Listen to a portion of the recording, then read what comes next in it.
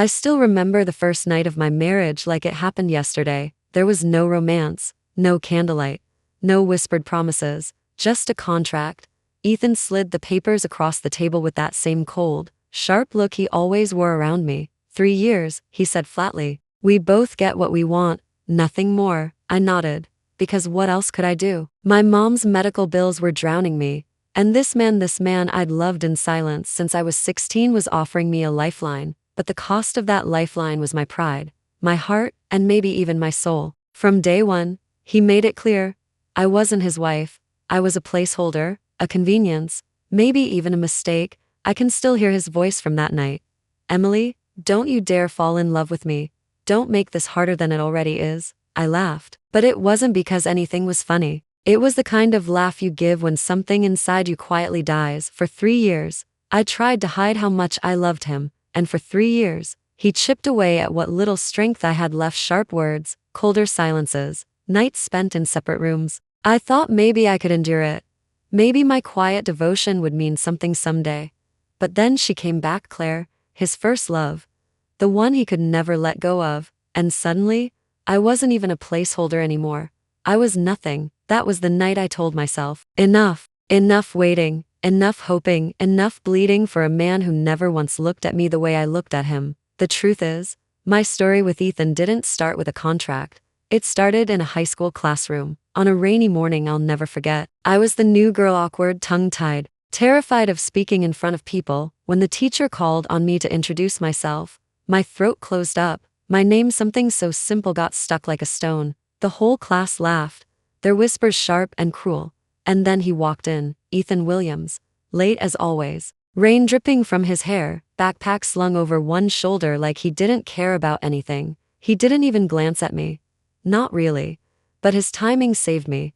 Everyone's attention shifted to him, and just like that, I could breathe again for the first time that day. I didn't feel like I was drowning, and stupid as it sounds, I decided right then that he was my rescue. Looking back, I wish I could shake that girl, tell her that rescue and ruin can look the same when you're young and desperate. From then on, I watched him from the edges of every room. He was the boy everyone adored, smart, popular, born into money, the kind of boy who never had to try too hard. I was nobody, quiet, plain, the girl with her head down and her hair covering her face.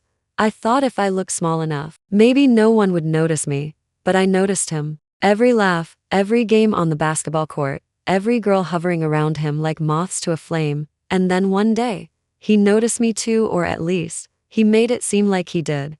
Hey, he said, cornering me after school one Friday. You've been watching me for a year now. Don't think I haven't seen it. I froze, my whole world tilted, my secret ripped wide open. He smirked, leaned in close and whispered, if you're going to stare, at least do it openly. You've got nice eyes. Don't hide them. It was cruel, maybe even mocking. But I was too busy replaying the words "you've got nice eyes" in my head to care about the sting. That was the first crumb he ever threw me, and like a fool, I clutched it like it was gold. College was worse, because by then, I was officially his girlfriend, at least. That's what he called me when he felt like it. Nobody else knew, not his friends, not his family. I was a secret he kept tucked away, a substitute for someone else. Sometimes he was kind, soft even, like the time I collapsed from stomach pain and woke up to find him at my bedside, rubbing my hand, telling me to take better care of myself. For a moment, I believed he cared. I believed we could be real, and then he'd vanish for weeks, only to show up with that same empty look, that same distance. He never kissed me unless he was drunk, never held me unless he needed something, and always, there was another name on his lips. Claire. By the time we graduated, I thought it was over. I thought he'd finally let me go. Instead, he put another piece of paper in front of me, a marriage agreement. 3 years. That's all he promised. 3 years in exchange for paying my mom's hospital bills. And like before, I signed, because hope is a stubborn thing, because some part of me still believed that maybe, if I stayed, if I loved hard enough, he'd see me. But I should have known better. That's how it started, the contract.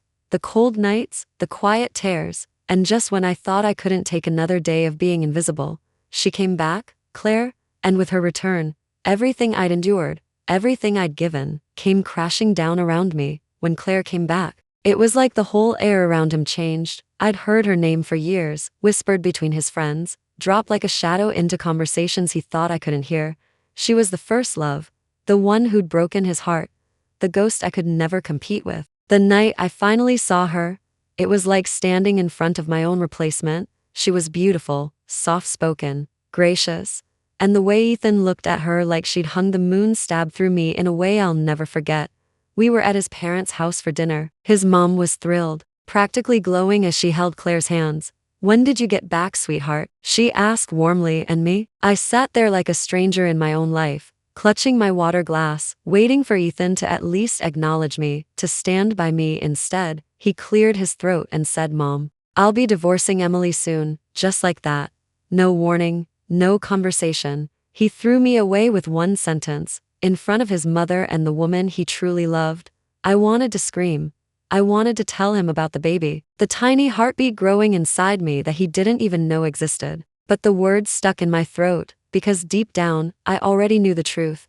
He didn't want this child, not with me, so I smiled, or at least, I tried to. "That's fine," I said, my voice steady even as my insides cracked wide open. "Let's set a date. The sooner, the better." His eyes flickered with something anger, maybe surprise. "Who gave you the right to decide that?" he snapped. I laughed. But there was no humor in it. "You did. Every time you looked through me instead of at me. Every time you reminded me I was never her." That night, I packed my things and left the house we'd shared for 2 years. As I zipped the last bag, I pressed my hand against my stomach and whispered to the baby, "Don't worry. I'll fight for us. Even if it's just me, I'll fight." A week later, I stood outside the courthouse, waiting for Ethan to show up for the divorce papers. He didn't. When I called him, he said flatly, "I'm busy." That was all my 10 years of devotion were worth. So I walked into his office with the signed papers myself, and when I opened the door, there she was, Claire, sitting on his desk laughing, holding out a piece of fruit for him like they'd been together forever. He looked up, annoyed. "You can't just barge in here, Emily, not without my permission." I almost laughed at that. "Sorry for interrupting," I said, my voice shaking. "I just wanted to make sure you got these." I shoved the papers onto his desk. "Don't worry. I won't ask for a cent. Consider it my gift to you both, for once." I looked right at Claire. "By the way, you might want to redecorate the house. Some of the furniture still smells like me." It was petty, childish even, but I wanted her to know. I wanted him to know. He'd spent years telling me I was nothing, but he hadn't had any trouble using me, touching me, claiming me when it suited him. His jaw clenched, his face darkened, and I knew I'd struck a nerve. But I didn't care anymore. For the first time in years, I felt free. That night, I walked out of his life. No ring, no money, no promises, just me, my unborn child, and a suitcase. And for the first time in a long time, I didn't cry, of course. Freedom doesn't mean peace. I moved into a tiny apartment near the hospital, close enough to visit my mom and keep up with her treatments. My belly grew, my savings shrank, and every day felt like a balancing act between exhaustion and survival. I told myself I'd be fine, that I didn't need him, that all I needed was to hold on for a few more months until my baby arrived. But then one evening, walking out of the hospital with a bag of prescriptions in one hand and my other hand protectively covering my belly, I heard someone call my name, "Emily." I froze. That voice I'd trained myself to forget. I turned and saw him, Ethan, standing there like a ghost pulled out of my past. And in that moment, I knew my fight wasn't over, not even close. The night I heard him call my name outside the hospital, every muscle in my body went stiff. I hadn't seen him in months, not since the divorce papers were signed. My belly had grown rounder, my steps slower. I turned away quickly, tugging my loose sweatshirt down, praying he wouldn't notice. But Ethan was persistent in all the wrong ways. He caught up to me in a few long strides, grabbing my arm. "Emily," he said, his voice rough, "you've lost weight, you look different." I pulled free. "That's none of your business anymore, Ethan." Something flickered in his eyes. He wasn't used to me talking back. He wasn't used to me having any walls at all. For years, I'd bent myself to fit the cracks of his indifference. "Not anymore. Can we talk?" he asked. I laughed, bitter and sharp. "Now you want to talk? What happened, Claire? Not enough to keep you entertained?" He flinched. I swear he actually flinched. "That's not it." "Then what is it?" I snapped, my voice rising in the cool night air. "Do you think you can throw me away and then come crawling back when she doesn't give you what you want? Is that it?" "Emily," his voice cracked, and for once, He didn't look composed or untouchable. He looked wrecked. His eyes were bloodshot, his jaw tight like he hadn't slept in days. I can't get you out of my head. I can't sleep in our house because it feels empty without you. Damn it, I don't know how to stop missing you. I stared at him like he was out of his mind, and maybe he was. Do you even hear yourself? You ignored me for years, treated me like I was invisible, and now you want pity because your bed feels cold. His hand reached for me again, desperate, trembling. I'm sorry, Emily, please, I was blind. I thought I loved Claire. But it's you. It's always been you. I jerked back before he could touch me. My laugh came out like a broken thing. You know what's worse than being unloved, Ethan? Being someone's second choice. I won't be that again, not for you, not for anyone, for a second. He looked like I'd slapped him, then his face crumpled into something I'd never seen on him before. Shame. But shame couldn't undo the past. Shame couldn't erase the nights I cried myself to sleep while he whispered another woman's name. Shame couldn't make him the husband I needed when I was begging for scraps of affection. Go home, Ethan, I said softly, almost gently. This is over, for real this time. But it wasn't over for him. In the weeks that followed, he showed up everywhere. At the coffee shop down the street, at the hospital lobby when I visited my mom once, even outside my apartment building in the pouring rain like some tragic movie scene. Each time, he begged. Each time, he swore he'd changed. Each time, I shut the door, and each time, it got easier. I started to notice something. I didn't shake when I told him no, my voice didn't crack when I turned him away. The girl who once believed crumbs were love had grown stronger, steadier. One night, after slamming the door on his latest plea, I sat down on the couch, hands folded over my stomach, and whispered to the baby, we don't need him, we never did, we've got us, and that's enough. For the first time, I believed it, of course. Believing it was one thing, living it was another. Money was tight. My mom's treatments were constant, and pregnancy had a way of draining everything from me: energy, appetite, even hope on the bad days. But I pushed through. I found remote work, small freelance projects I could do from home. I learned how to budget down to the last penny. I taught myself to smile at small victories: a full night's sleep, a bill paid on time, a meal that stayed down. Sarah, my closest friend, came by one evening with takeout.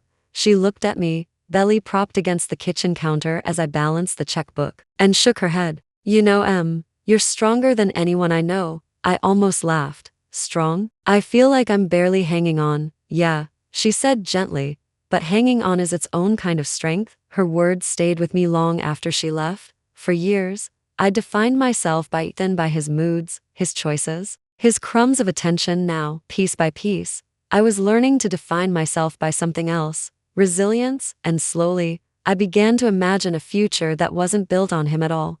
It wasn't about revenge anymore. It wasn't about proving him wrong. It was about proving myself right, that I could build a life worth living, even from the ruins he left behind. That realization was the first real breath of freedom I'd had in years. The night my son was born, the world shifted. Labor was long, painful, and terrifying. I remember gripping the hospital bed so hard my knuckles turned white, sweat dripping into my eyes. At one point I thought I couldn't do it, that my body would just give up. And then, after hours of fighting through the pain, there he was, red-faced, crying, tiny fists clenched like he was ready to take on the world. My baby, my son. When the nurse laid him on my chest, everything else fell away. The betrayal, the heartbreak, the years of being invisible, it all blurred into background noise. All I saw was him. All I felt was the fierce, unshakable love that rooted itself deep in my chest. I've got you, I whispered. It's just you and me now, and we're going to be okay. For the first time in years, I wasn't lying to myself. The months that followed were hard. No one tells you how lonely motherhood can be, especially when you're doing it alone. There were nights I paced the apartment with him screaming in my arms, too tired to cry myself but too stubborn to quit. But there were also moments, tiny, shining moments that made it worth everything. His first smile, his first laugh, the way his little fingers curled around mine like I was his whole world. And maybe I was. I took freelance work, small projects at first, then bigger ones. I built a reputation for being reliable, steady, creative. Clients started coming to me. Not the other way around. I wasn't rich, not by any stretch, but I was independent. I was providing for us on my own terms. That independence lit something inside me I didn't know I had. For years, I'd thought strength meant holding on to Ethan. Now I realized it meant letting go of him. Of the girl who thought love was measured in sacrifice. Of the belief that I wasn't enough. I was enough. For me, for my son, for the life I was building. Ethan tried. Of course, even months after the baby was born. He showed up at my door one night, drenched from the rain. Eyes wild like he hadn't slept in weeks. Emily, he begged. I'll do anything. I'll be the man you wanted me to be. I'll be a father, please. Just give me another chance. I looked at him for a long moment, really looked at him. The man I'd once thought I couldn't live without stood there broken, desperate, haunted, and I felt nothing, not hate, not love, just nothing. You had your chance, Ethan, I said quietly. You had years of chances, and you threw them away. I won't let you drag me back into that again. Not now, not ever. His shoulders sagged. His lips parted like he wanted to argue, but no words came. Finally, he turned and walked away. And just like that, the ghost of him walked out of my life for good. Years later, I sometimes catch myself remembering the girl I used to be, the one who thought love meant begging for scraps, the one who mistook crumbs for a feast. I wish I could reach back and hold her hand, tell her she was worth more all along. But maybe she had to go through it. Maybe we both did. Because without those broken years, I wouldn't have found the steel in my spine. I wouldn't have found the courage to build a life on my own terms. Today, my son is thriving, my business is growing. I laugh more easily, breathe more deeply, and live more fully than I ever did when my world revolved around a man who couldn't see me. And sometimes, late at night, when I'm rocking my son to sleep, I whisper to him the words I wish someone had whispered to me. You don't need anyone else to make you whole. You already are. That's the truth I live by now. Not revenge, not bitterness, just strength, just freedom. I survived the storm, and I didn't just survive, I started over. And this time, the life I'm building is mine, all mine. That's all for today's story. Thank you for listening. This is my channel. The tales I share, drawn from life or woven from imagination, are meant to offer you connection, reflection, and perhaps solace or newfound strength. If you long to see your own reflection in others' journeys, or seek a glimmer of light within the maze of emotions, subscribe to my channel. Listen with your heart. Explore the stories of life.